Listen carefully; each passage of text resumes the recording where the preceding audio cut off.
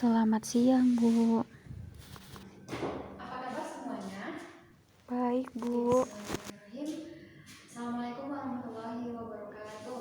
Waalaikumsalam warahmatullahi wabarakatuh. Alhamdulillahilladzi arsala rasulahu bil huda wa dinil haq liyudhhirahu 'ala dini kullihi wa kafaa billahi shahida. Asyhadu an la ilaha illallah wa asyhadu anna Muhammadan abduhu wa rasuluh sallallahu alaihi wasallam la nabiyya ba'da amma ba'du.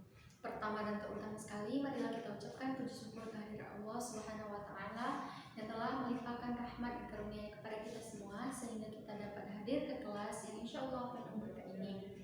Oke, selanjutnya pada hari ini kita akan belajar SKI. Nomor tulisnya belum dihapus ya. Sebentar.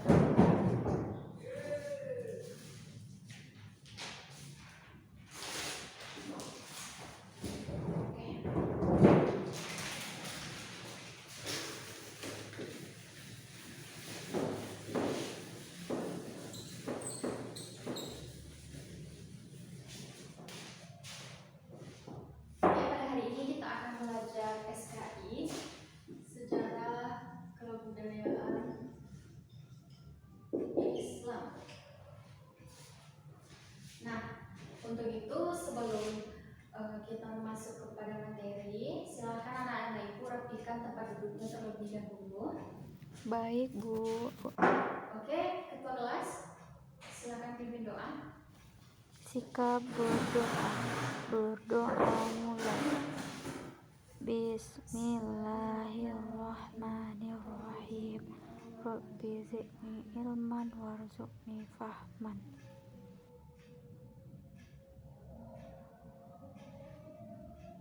Sekarang ibu akan memperlihatkan dulu.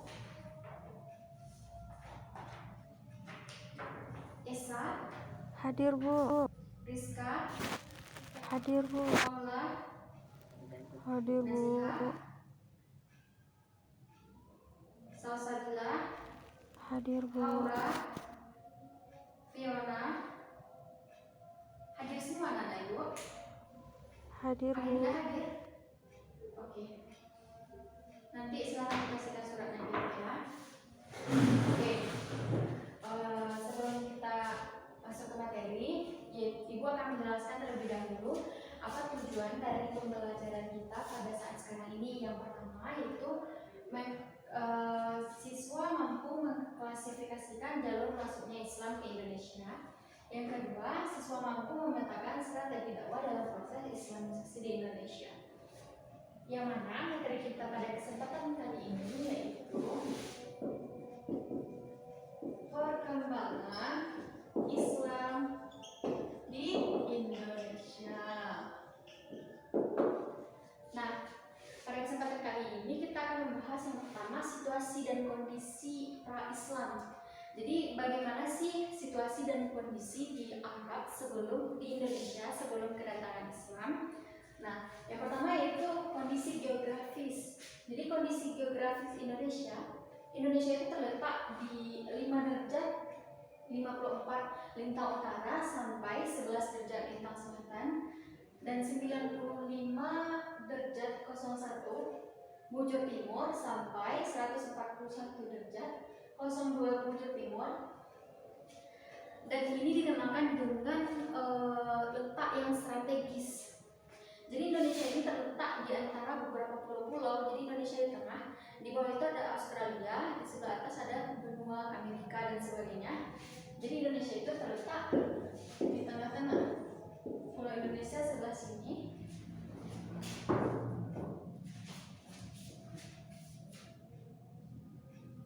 Oke, Pulau Indonesia sebelah sini.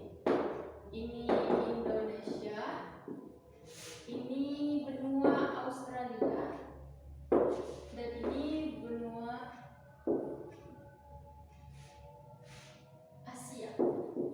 Oke. Nah, jadi Indonesia ini mempunyai dua musim panas dan musim hujan. Indonesia ini dikatakan juga sebagai daerah tropis yang mana salju-salju seperti yang ada di Korea itu tidak ada di Indonesia karena Indonesia hanya memiliki dua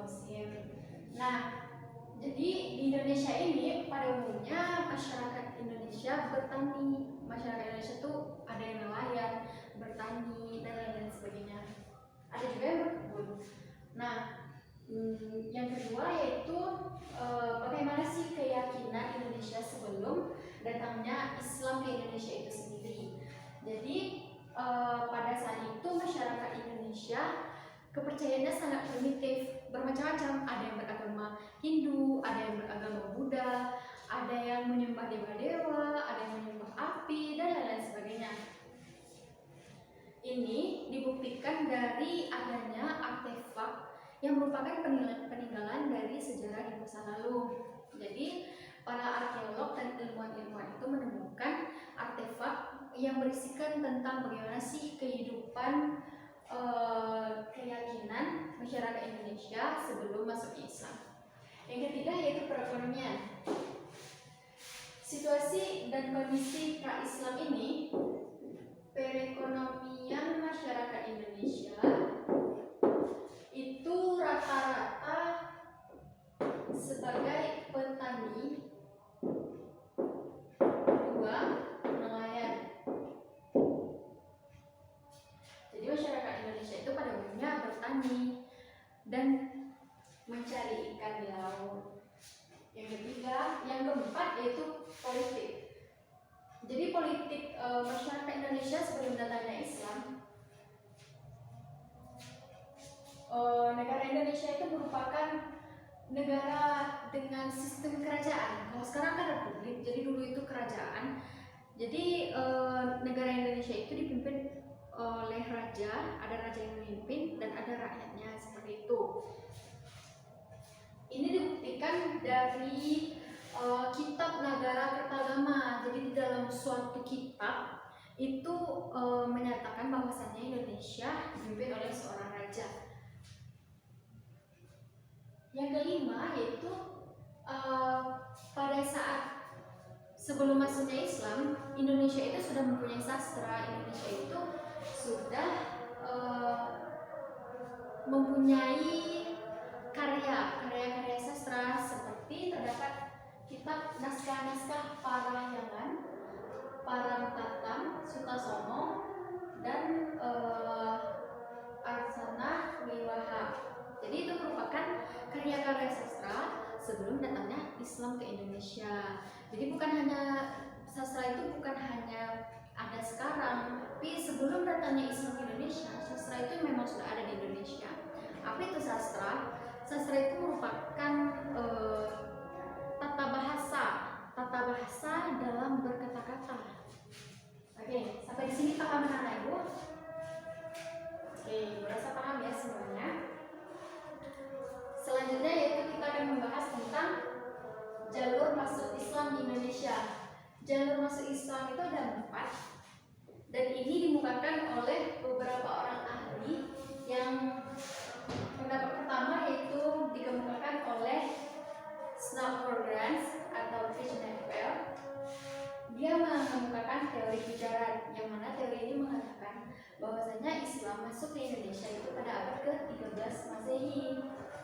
Dan itu datangnya dari beberapa orang pedagang dari Gujarat yang melakukan perdagangan di Indonesia. Jadi Indonesia ini kan terletak di tengah-tengah. Jadi masyarakat dari Gujarat ini berlayar untuk berdagang di Indonesia. Jadi mereka berhenti di Pulau Aceh. Lalu di sini mereka berinteraksi. Interaksi inilah yang menimbulkan pertanyaan dari masyarakat sekitar untuk menukar keagamaan mereka, seperti itu. Baik, kita lanjut ya anak-anak ibu. Teori yang kedua yaitu teori yang dikemukakan oleh seorang ahli yang bernama Sir Thomas Arnold.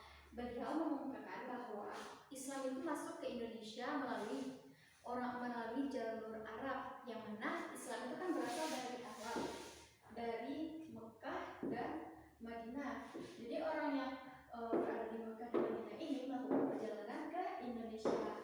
Ketika sampai di Indonesia, mereka berhenti untuk melakukan interaksi, baik itu berdagang maupun singgah untuk istirahat. Nah, disitulah terjadi interaksi antara masyarakat di dalam dan masyarakat luar. Jadi masyarakat Arab ini memperkenalkan agama mereka kepada masyarakat Indonesia. Dan masyarakat Indonesia dengan mudahnya tertarik dengan agama Islam. Kenapa? Karena agama Islam itu merupakan agama yang mudah diterima oleh masyarakat Indonesia, agama yang ramah dan merupakan agama yang sangat bersahaja dan mendukung hak-hak kemanusiaan atau HAM seperti yang kita kenal di pelajaran PPKN. Yang ketiga yaitu teori Persia. Teori Persia ini dikemukakan oleh Hasan Jazari, yang mana beliau mengatakan bahwasanya Islam masuk ke Indonesia melalui Persia. Jadi orang-orang Persia yang membawa Islam masuk ke Indonesia. Yang terakhir yaitu teori Cina, yaitu Islam itu berasal dari negara Cina. Nah, dari keempat teori ini disimpulkan bahwasanya Islam itu masuk ke Indonesia bisa melalui perkawinan, perekonomian, perdagangan, politik, dan lain-lain sebagainya. Perkawinan contohnya ketika masyarakat luar sana berinteraksi dengan masyarakat Indonesia, mereka saling suka, lalu mereka melakukan pernikahan. Dari situlah Islam masuk ke Indonesia. Dan dari perekonomian, contohnya ketika berdagang, mereka saling berdagang dan bercerita, makanya Islam itu dikenal oleh masyarakat Indonesia. Mungkin hanya itu penjelasan dari Ibu. Kalau ada anak-anak Ibu yang kurang mengerti dan ingin ditanyakan, silahkan diangkat tangannya. Oke, kira-kira paham ya? Oke, sekarang Ibu ada sebuah video. Silakan anak Ibu tonton, dan setelah menonton video, anak-anak Ibu silakan simpulkan di kertas 1 lembar. Silakan dibikin hari ini dan dikumpulkan minggu depan. Oke, silakan simak videonya.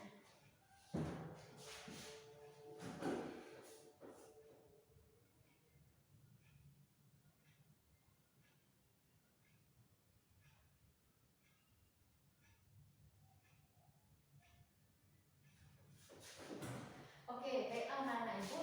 Jadi itulah materi kita tentang perkembangan Islam di Indonesia. Dan materi selanjutnya akan Ibu jelaskan minggu depan. Silakan dikumpulkan tugas yang telah Ibu berikan tadi minggu depan juga. Dan jika tidak ada yang bertanya lagi, marilah kita tutup dengan membacakan hamdalah. Alhamdulillahirabbil alamin. Marilah kita tutup dengan membacakan doa kafaratul majelis. Subhanallah wa bihamdika, asyhadu an la ilaha illa anta, astaghfiruka wa atubu ilaik. Assalamualaikum warahmatullahi wabarakatuh. Waalaikumsalam.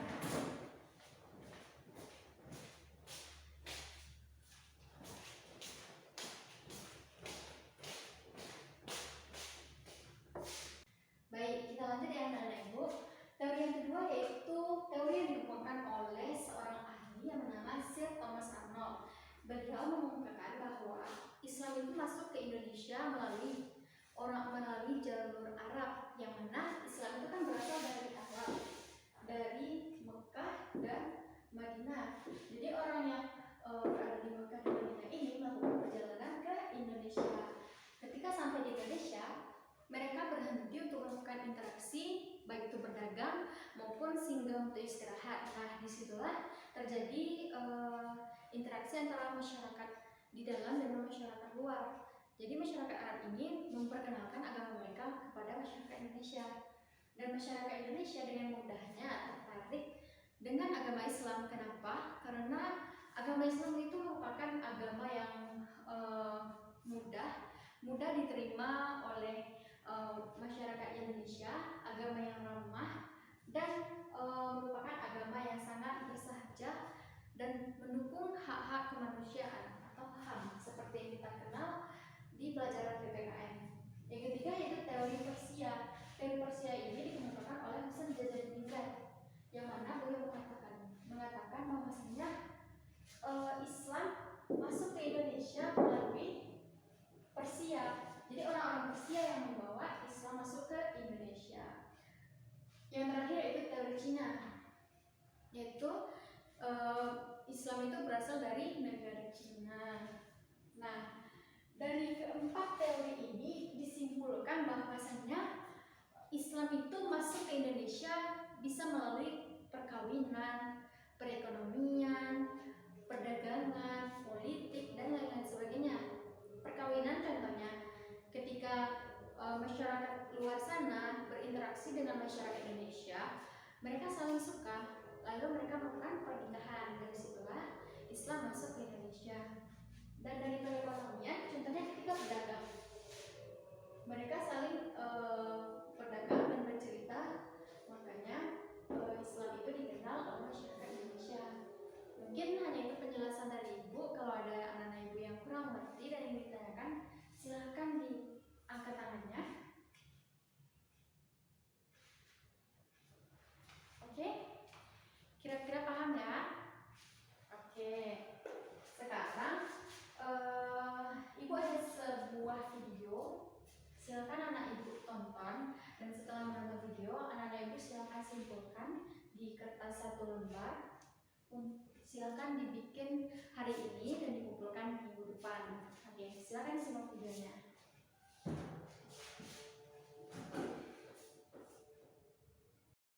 Oke, kali ini kita akan membahas tentang jalur-jalur penyebaran Islam di Indonesia.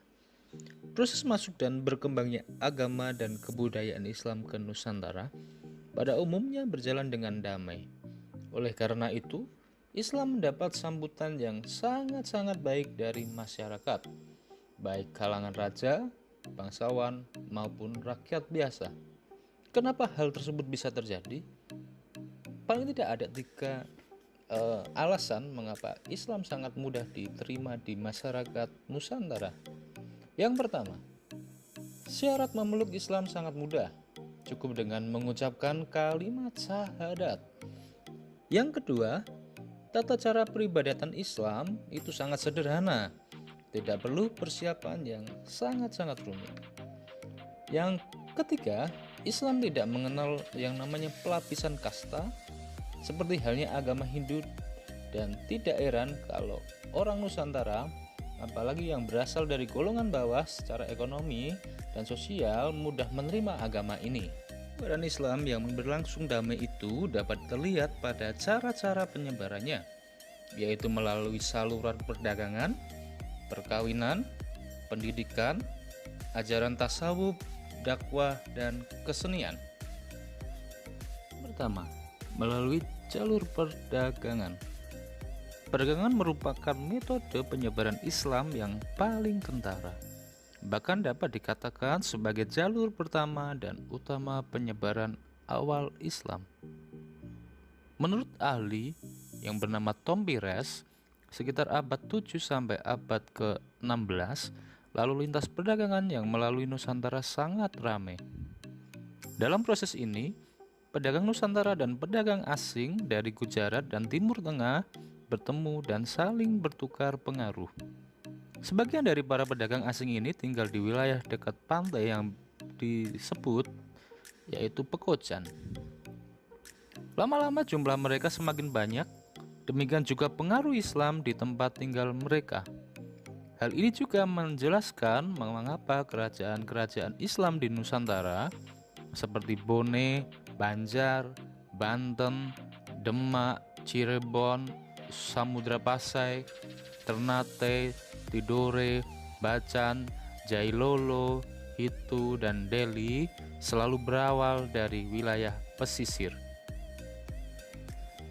Sementara itu, karakteristik kultur pesisir yang mudah menerima serta terbuka terhadap hal-hal baru merupakan faktor lain yang mempermudah penyebaran agama dan kebudayaan Islam. Yang kedua, melalui jalur perkawinan. Saluran penyebaran Islam selanjutnya adalah melalui perkawinan. Pedagang-pedagang dan juga keluarganya menikah dengan perempuan pribumi, putra-putri para bangsawan, dan bahkan dengan anggota keluarga kerajaan. Hal ini berdampak positif terhadap perkembangan Islam karena pedagang atau ulama itu mensyaratkan perempuan idamannya untuk mengucapkan kalimat syahadat terlebih dahulu. Anak-anak hasil pernikahan itu pun cenderung mengikuti agama Islam, agama yang dianut orang tuanya. Perkawinan anak-anak kaum bangsawan ataupun raja punya dampak lebih. Mereka lebih mudah mempengaruhi istana untuk mendukung penyebaran Islam. Lama-kelamaan, seluruh anggota keluarga istana memeluk Islam. Maka, kerajaan yang tadinya bercorak Hindu-Buddha perlahan-lahan menjadi bercorak Islam. Perkawinan juga tidak hanya terjadi antara para saudagar dan rakyat pribumi, atau antara para saudagar dan kaum berdarah biru, tetapi juga di antara putra-putri Kesultanan Islam itu sendiri. Yang ketiga, saluran pendidikan. Perkembangan Islam yang semakin meluas mendorong munculnya para ulama dan mubalik. Para ulama dan mubalik menyebarkan Islam melalui pendidikan dengan mendirikan pondok-pondok pesantren di berbagai daerah. Di pondok-pondok pesantren, kaum muda dari berbagai daerah dan kalangan menimba pengetahuan tentang Islam. Mereka lalu kembali ke daerah asal dan menyebarkan ajaran-ajaran tentang Islam. Saluran ini sangat efektif untuk mempercepat dan memperluas penyebaran Islam hingga ke daerah-daerah terpencil. Pesantren-pesantren awal yang ada pada saat itu, diantaranya yang pertama pesantren Ampel Denta yang ada di Surabaya, yang didirikan oleh Sunan Ampel, dan yang kedua pesantren Sunan Giri juga yang ada di Surabaya, yang didirikan oleh Sunan Giri. Pesantren ini terkenal hingga Maluku. Banyak santri dari Maluku datang berguru pada Sunan Giri, atau para kiai dari Giri diundang mengajar ke Hitu. Keempat, saluran ajaran tasawuf. Tasawuf adalah ajaran ketuhanan yang telah bercampur dengan mistik atau hal-hal yang bersifat magis. Ahli-ahli tasawuf biasanya memiliki kekuatan magis dan keahlian dalam bidang pengobatan. Kata tasawuf sendiri sebenarnya berasal dari kata sufi yang berarti kain wol yang terbuat dari bulu domba. Istilah ini muncul karena para ahli tasawuf biasanya memakai jubah yang terbuat dari wol. Ajaran tasawuf ini diperkirakan masuk ke Nusantara sekitar abad 13, tetapi baru berkembang pesat sekitar abad ke-17. Ajaran tasawuf banyak dijumpai dalam cerita-cerita babat dan hikayat dari masyarakat setempat.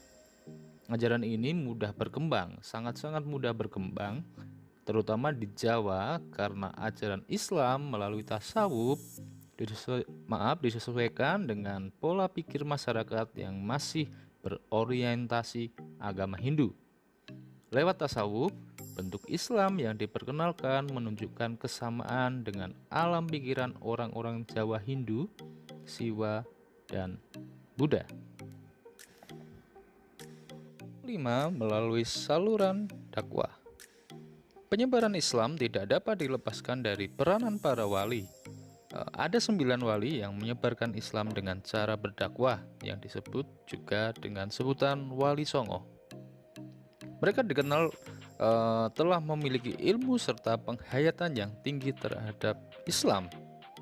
9 wali itu yaitu yang pertama Sunan Gresik, kedua Sunan Gunung Jati, yang ketiga Sunan Ampel, yang keempat Sunan Giri, yang kelima Sunan Bonang, yang keenam Sunan Kudus, yang ketujuh Sunan Kalijaga, yang kedelapan Sunan Muria, dan yang terakhir Sunan Derajat. Mereka mempunyai ciri khas masing-masing untuk menyebarkan agama Islam. 6. Melalui saluran kesenian. Agama Islam juga disebarkan melalui kesenian. Beberapa bentuknya telah disebutkan seperti wayang, gamelan, serta gending.